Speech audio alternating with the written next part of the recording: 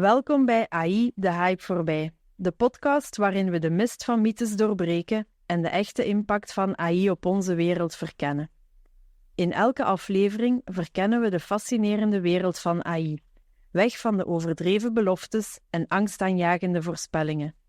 Samen met deskundigen, denkers en de mensen die dagelijks met AI werken, ontleden we wat AI echt is, wat het kan doen en hoe het ons leven, werk en toekomst vormt.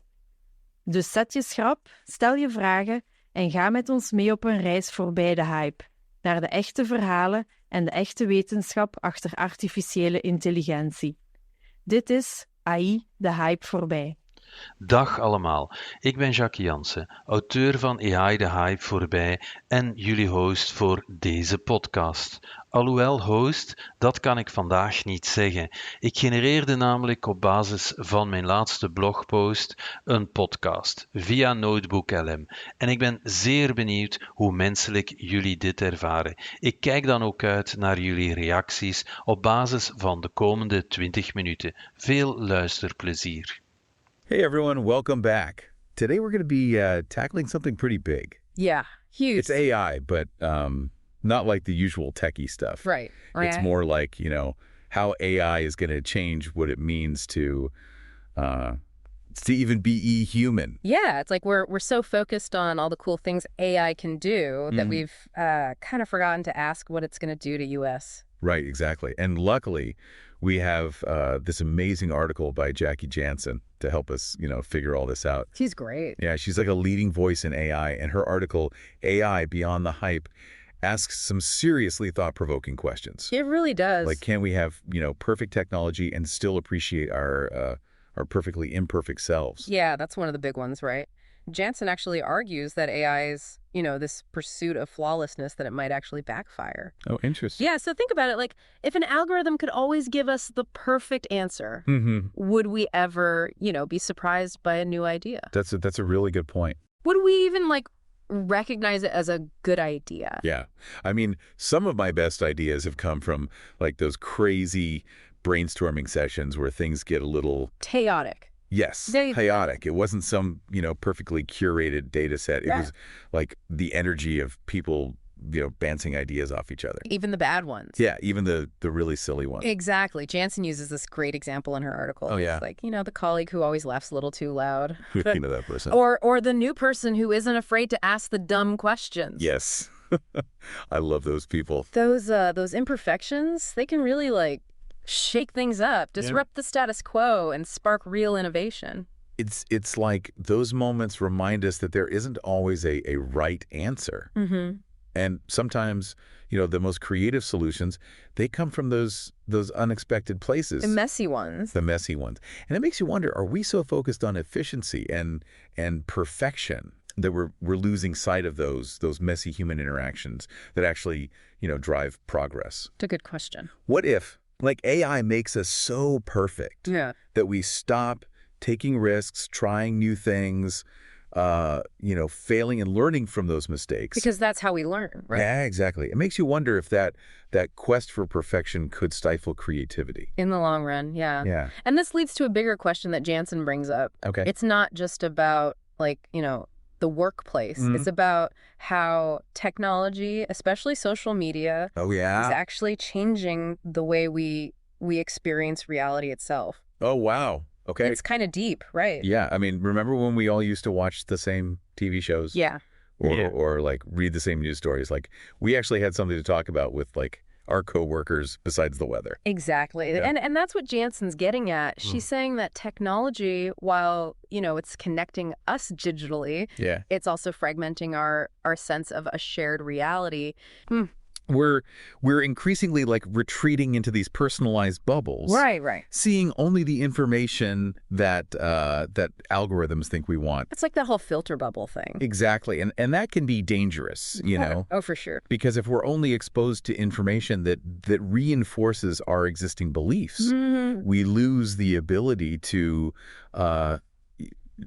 understand and empathize with people who are different from us. Right, totally. Become less tolerant, of different opinions, less open to new ideas. And it's not just about losing touch with people who have different political views. It's like losing the ability to connect with people on a human level, period. Yeah, regardless of their background, Which is kind of ironic because social media was supposed to be all about bringing people together. Right.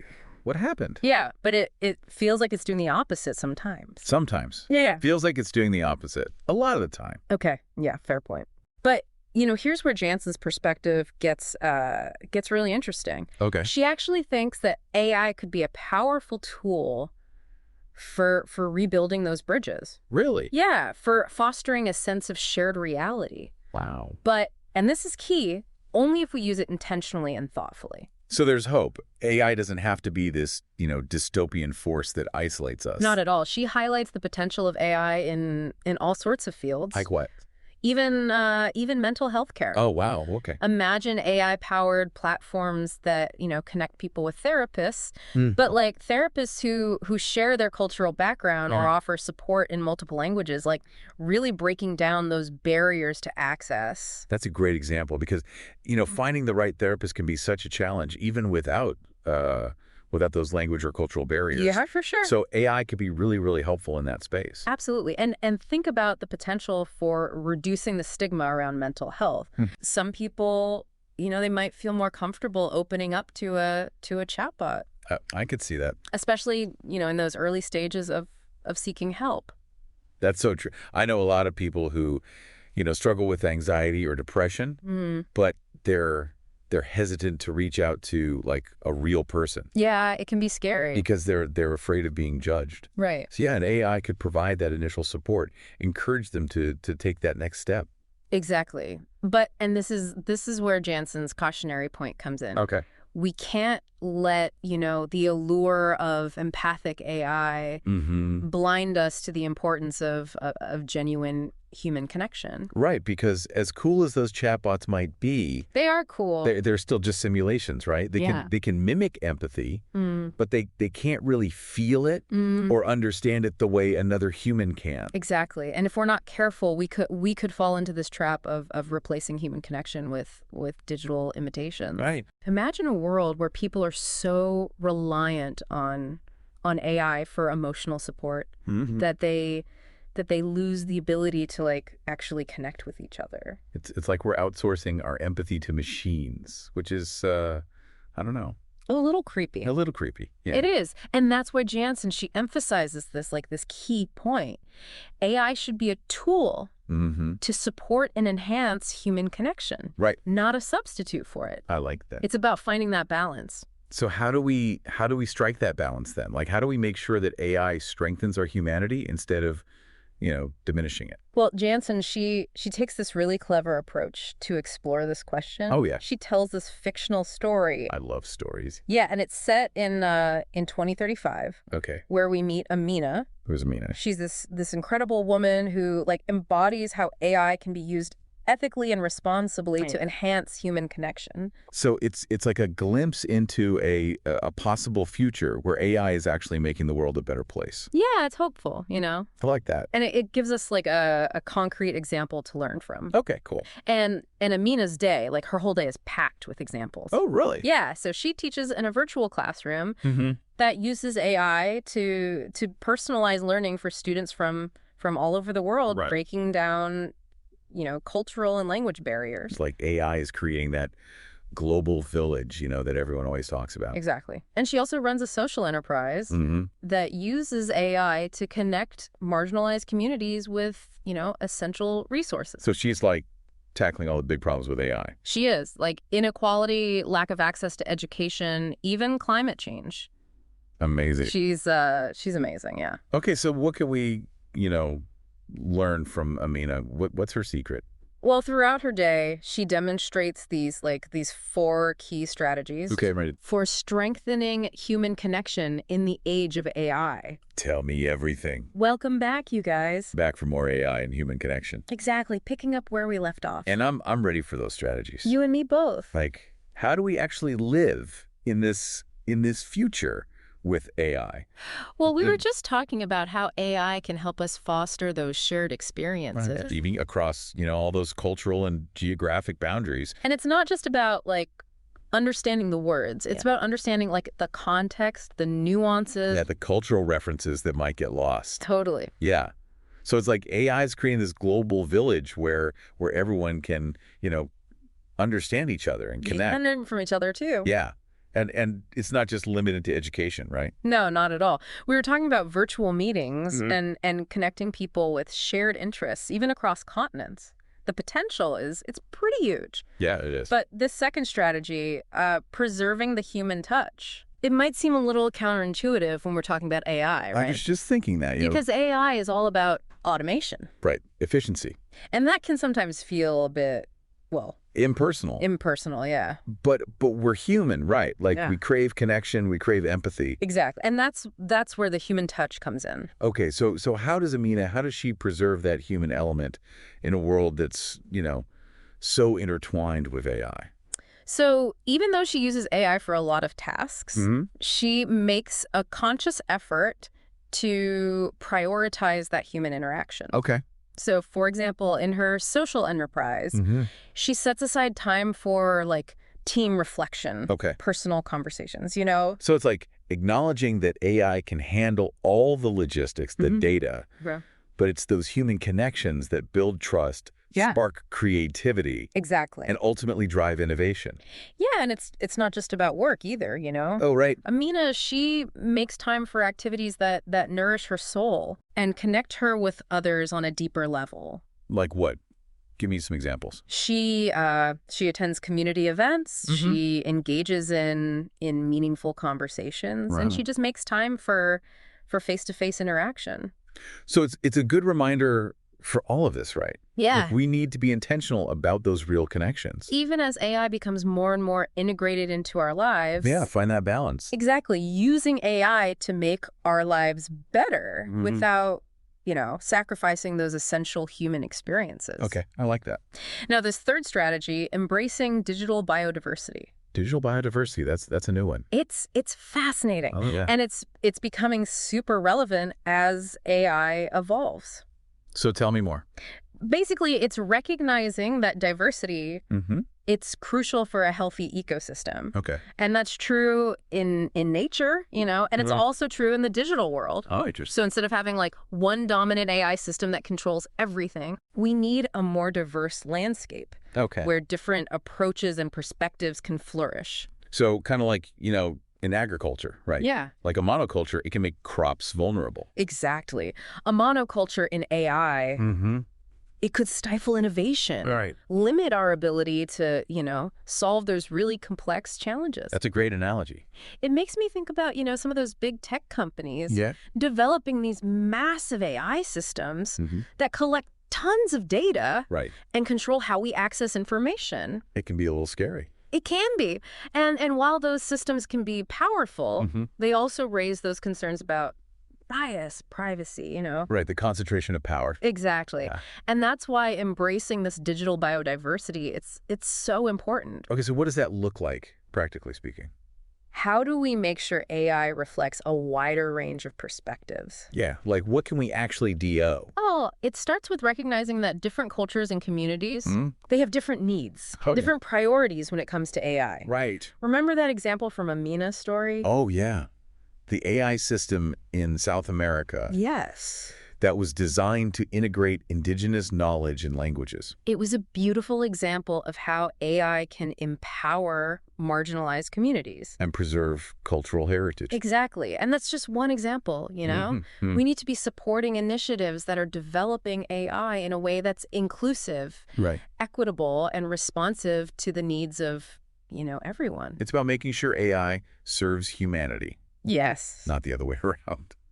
Couldn't have said it better myself. Okay, that's a good one. And that brings us to our fourth and final strategy, developing ethical technology. Ooh, that sounds important. It is very. Especially as AI gets, more sophisticated, more powerful. Yeah, and we can't just assume it's going to be used for good automatically. Right, we have to be proactive. We have to. We need those ethical guidelines and safeguards in place to make sure that AI is developed and deployed responsibly. So it's not just about the technology itself. Yeah. It's about, the values of the people who are creating it. The intentions, yeah. Using it. And Amina's organization It's a perfect example of what ethical AI development looks like. Okay, what do they do? They prioritize transparency, Okay. give communities access to their own data, Right. and involve them in the decision-making process. So making sure that AI is accountable to the people it's supposed to serve. Absolutely. And it requires like a multifaceted approach. Right. We need to demand transparency from tech companies, Mm-hmm. advocate for regulations that protect human rights, Right. and educate ourselves about the potential biases. All the ethical implications. Exactly. Sounds like a lot of responsibility, It is. but it's also an amazing opportunity to shape the future, Yeah, to get it right. in a positive way. And it's an opportunity we all share, Mhm. whether we're, tech developers, policymakers, or just concerned citizens. I'm already thinking about how I can apply these strategies in my own life, Awesome. in my work. Yeah, that's what we like to hear. Yeah. So what about you? What actions are you taking? Okay, so those 4 strategies, those are like the big picture. Yeah, the guiding principles. But now I want to know, like, what can I actually do, Yeah, like in my daily life? yeah. To make sure AI is used for good. Right. You want And- those concrete actions. Yes. Because, it's one thing to talk about these big ideas, Hmm. but how do we actually put them into practice? You're right. It can feel overwhelming. Yeah, So one of the simplest things, Okay. but also one of the most powerful, tell me. is to be more intentional about creating shared experiences. So, like, putting down our phones Yeah. and actually interacting with real people, Face to face. Yeah. like in person. Exactly. It's about like actively seeking out those moments of connection, Okay. whether it's, having dinner with your family, And like actually talking to them. no phones at the table. No phones, or attending community events, or even just, Yeah. striking up a conversation with someone at the coffee shop. It's like we've become so used to like connecting online Right. that we've forgotten how to do it in person. It's sad, but true. Yeah, it is. And while technology can, help us connect, Mm-hmm. it can also like make us feel more isolated if we're not careful. So those face-to-face interactions. Super important. Yeah, it's about remembering, what makes us human. That we're part of something bigger. I like that. Another thing we can do Right. is to become more conscious consumers of technology. So like thinking about how we're using our devices Mm-hmm. and how they're affecting our lives, our relationships. Exactly. Ask yourself, is this app, is this platform, Mhm. is it actually adding value to my life? Right. Is it helping me connect with people in a meaningful way? Or is it just like sucking up all my time? Yeah. Is it a time waster? Okay, so it's like a digital detox, In a way, but for like our minds and our relationships. it's about being really intentional with the technology we let into our lives Mm-hmm. and making sure it like aligns with our values. Yeah, okay. And this also includes being aware of, the data we're sharing. Right. Who has access to it? Read those privacy policies. Read them, adjust your settings, support companies that, prioritize ethical data practices. It's like we've gotten so used to just clicking accept I know. without even reading anything. What about the second thought? But we have a right to control our own data. You do. And the good news is people are starting to realize that... They're demanding more transparency, more control. Exactly. Okay, so that's our personal choices, right? Mm-hmm. But what about like the bigger picture? Like, what can we do to influence the development of AI? Yeah, how can we make sure it's used ethically Well, we can be advocates. for ethical AI? Yeah. There are so many organizations out there. Like what? Nonprofits, research institutions, advocacy groups. Mhm. They're all working to make sure AI is used responsibly. And how can we support them? You can donate, volunteer, spread the word, Use my voice. use your voice. And it's not just about money. No? You can contact your elected officials, sign petitions, Okay. participate in public forums. So we can actually like influence policy. You can. We need to advocate for policies that prioritize human rights Mhm. and ethical considerations. So it's about shaping the future, Exactly. Making sure AI serves humanity. not the other way around. We keep coming back to that, don't we? We do, Yeah. because it's important. It is. And here's something everyone can do. Okay. Regardless of your technical background. I like that. Educate yourself about AI. So, like, read books, listen to podcasts. Take online courses. Yeah. Anything to help us understand this technology better. The more we understand it, Mhm. the better equipped we'll be to to identify the risks, Right? advocate for responsible use, and even, contribute to its development. Knowledge is power. It really is. And finally, one of the most powerful things, but often overlooked, Yeah. is to model the behavior we want to see in the world. So lead by example. Exactly. If we want AI to be used to foster connection, empathy, Right. then we need to embody those values in our own lives. So be kind online. Yes. Use AI tools in a way that helps others speak out against bias and discrimination. It's about creating that ripple effect I love that. where our actions, they inspire others to do the same. So even small actions, Yeah. they can make a big difference. Especially when we're talking about something as powerful as AI. We all have a role to play.